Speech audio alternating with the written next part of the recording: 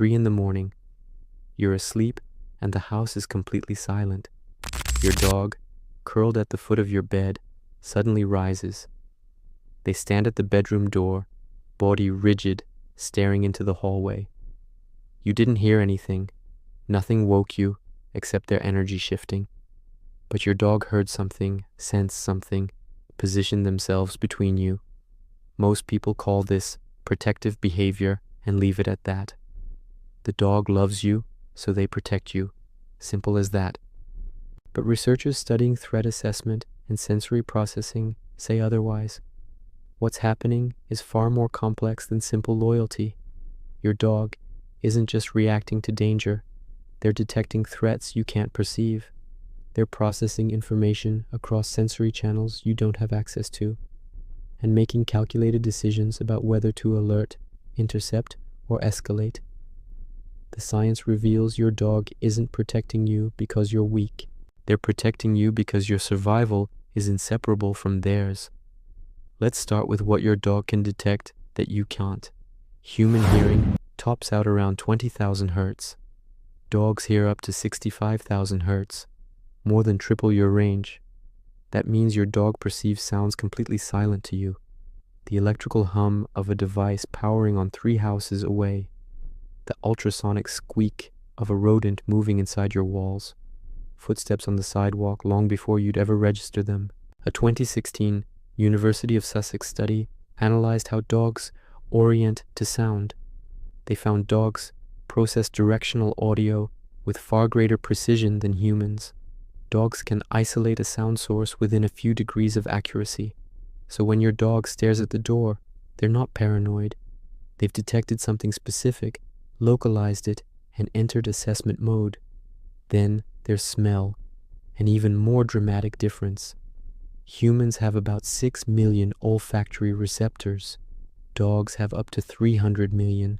Their brain's scent processing area is 40 times larger proportionally. That means your dog can smell fear, literally and reliably. When humans experience fear, adrenaline and cortisol change sweat composition. Your dog detects that change across a room, through closed doors, even lingering on clothing hours after the emotion passed. A 2018 study showed dogs distinguished stressed versus relaxed sweat samples, near perfect accuracy. If someone approaches nervous, your dog knows. If you're anxious and hiding it, your dog already smells it. They're reading chemical information you're broadcasting without realizing it. Now let's talk about what happens after detection. When a potential threat appears, your dog doesn't just react, they assess. Research shows dogs evaluate 3 variables before acting: the nature of the perceived threat, the location of their bonded human, and the human's emotional response to the situation. If you're calm, your dog is more likely to monitor quietly. If you're tense, your dog interprets that as confirmation of danger. Their behavior intensifies. This is called social referencing. Dogs look at you to calibrate their response to uncertainty. But here's what changes the entire framework. Your dog isn't protecting you because they think you need protection. Evolutionarily, dogs are smaller than most large predators. They're not apex fighters. Yet they'll position themselves between you, even when the threat is larger than they are. A 2013 Eötvös-Loránd University study found something remarkable. Dogs don't evaluate their own safety before intervening for owners.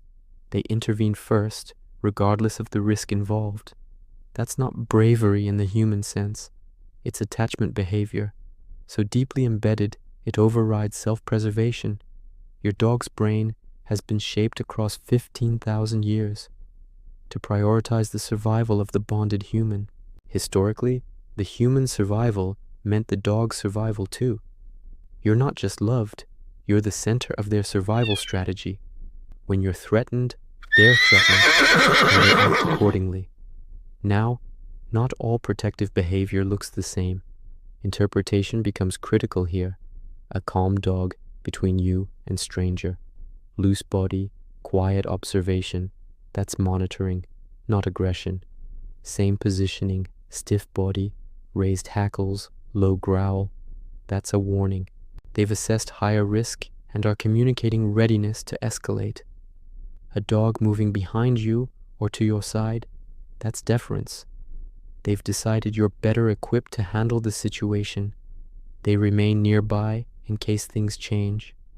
All three are protective behaviors at different threat levels. The key is reading body language, not projecting human narratives. But here's the complication that gets mishandled constantly. Protective behavior can cross into reactivity. Reactivity can look like aggression, which becomes a serious problem. The line is context, training, and your response. A dog growling at every approaching stranger isn't protecting you. They haven't learned to distinguish threats from neutral people. A dog lunging at the mailman daily isn't guarding. That's fear-based reactivity unintentionally reinforced by the mailman leaving. The dog learns, my behavior made the threat go away. Veterinary behaviorists are clear on this distinction. Protective instincts are normal, but constant threat perception is exhausting. When a dog can't disengage, that's not well-adjusted behavior. The solution isn't suppressing instincts, it's teaching calibration. Neutral strangers are neutral. The mailman isn't an invader. The goal is selective response, not elimination of instincts.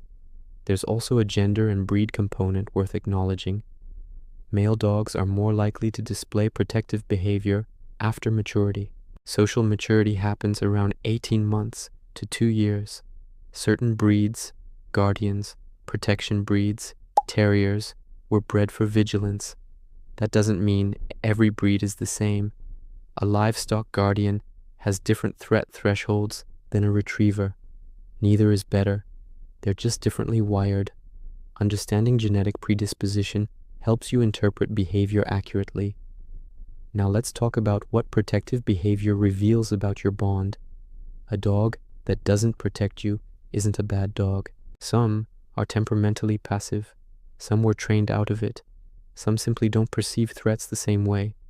But a dog that intervenes, positions themselves, watches the door, that dog is telling you something profound. They've decided your safety is their responsibility, not because you trained them, not because you asked, because the bond activated an instinct older than language. Your dog would rather face the threat than let it reach you. That's not obedience. That's attachment at its deepest level.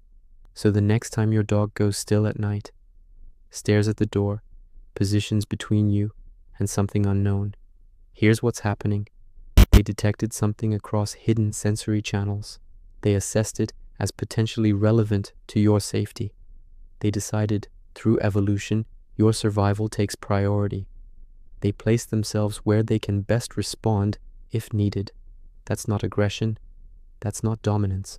That's a nervous system wired to treat you as non-negotiable. Your dog isn't protecting you because you're weak. They're protecting you because you're everything. If this changed how you see that moment at the door, subscribe. Leave a comment. Has your dog ever alerted you to something later? And if you've wondered what's happening in your old dog's brain, watch next.